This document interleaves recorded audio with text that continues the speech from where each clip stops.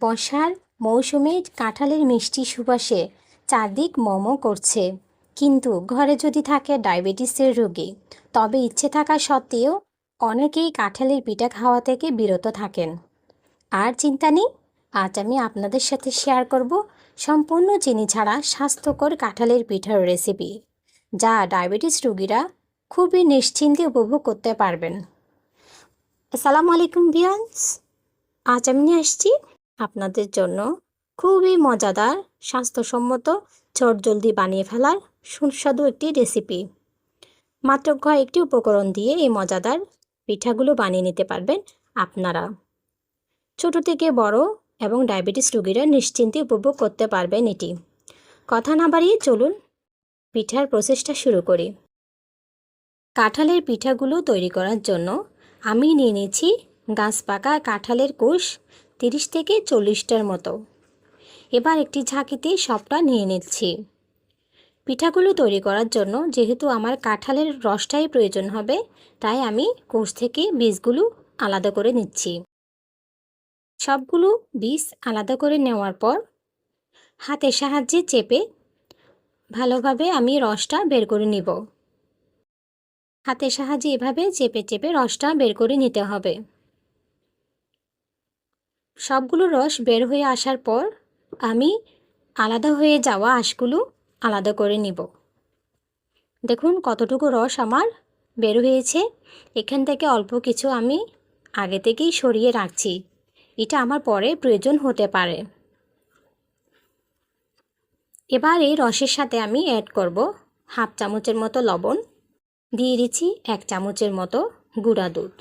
আমি এখানে কোনো ধরনের কৃত্রিম চিনি ইউজ করব না। দিয়ে দিচ্ছি 1 চামচের মতো অলিভ অয়েল।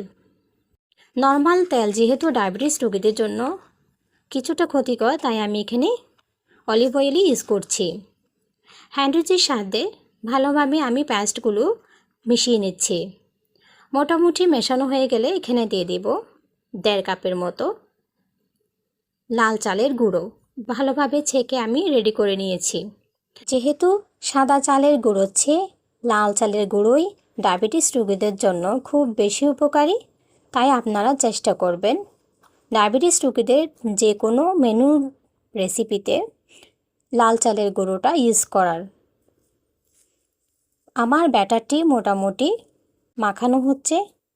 ব্যাটারটি সফট এবং নরম করার জন্য আমি এখানে অ্যাড করব 5 থেকে 6 চামচের মতো কাঁঠালের রস। ব্যাটারটা বেশি ঘন হয়ে গেলে আপনারা এভাবে একটু রস ইউজ করতে পারেন। কোনো ধরনের পানি ইউজ করা যাবে না, শুধুমাত্র কাঁঠালের রসটা দিয়েই এই মজাদার পিঠাটি তৈরি করতে হবে। এতে খুব মজা একটি ফ্লেভার আসবে, খেতেও কিন্তু খুবই সুস্বাদু হবে। ভালোভাবে ব্যাটারটি মেখে নিতে হবে। যাতে আমি চালের গুঁড়ো ইউজ করেছি, তাই এগুলো রেখে দিতে হবে রেস্টে 5 থেকে 7 মিনিটের মতো।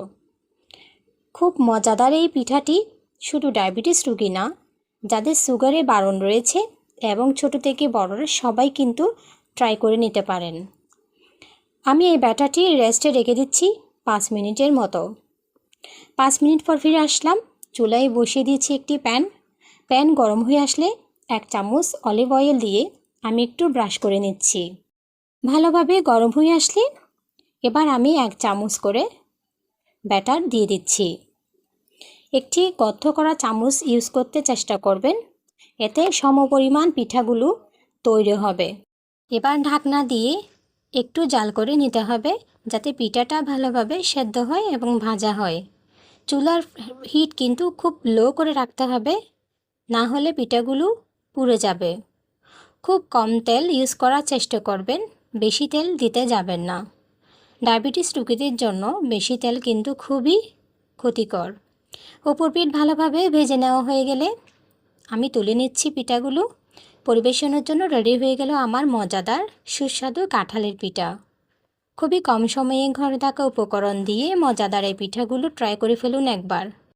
সকালে ব্রেকফাস্ট কিংবা বিকেলে চায়ের আড্ডায় এই মজাদার পিঠাগুলো ট্রাই করে নিতে পারেন একবার। ডায়াবেটিস রোগীরা অবশ্যই খেয়াল রাখবেন, যেহেতু কাঁঠালে থাকে প্রাকৃতিক চিনি, তাই অবশ্যই আপনারা পরিমাণ অনুযায়ী এটি ট্রাই করবেন। আমার রেসিপিটা যদি ভালো লেগে থাকে তাহলে অবশ্যই আমাকে একটি লাইক, কমেন্ট এবং সাবস্ক্রাইব করে থাকবেন। মজাদার এই পিঠাগুলো খুবই অল্প সময়ে অল্প উপকরণে খুব কম তেল দিয়ে বানিয়ে ফেলুন। সবাই ভালো থাকবেন, সুস্থ থাকবেন। এরকম মজার মজার সুস্বাদু রেসিপি পাওয়ার জন্য আমাকে সাবস্ক্রাইব করে রাখবেন। আল্লাহ হাফিজ। আসসালামু আলাইকুম।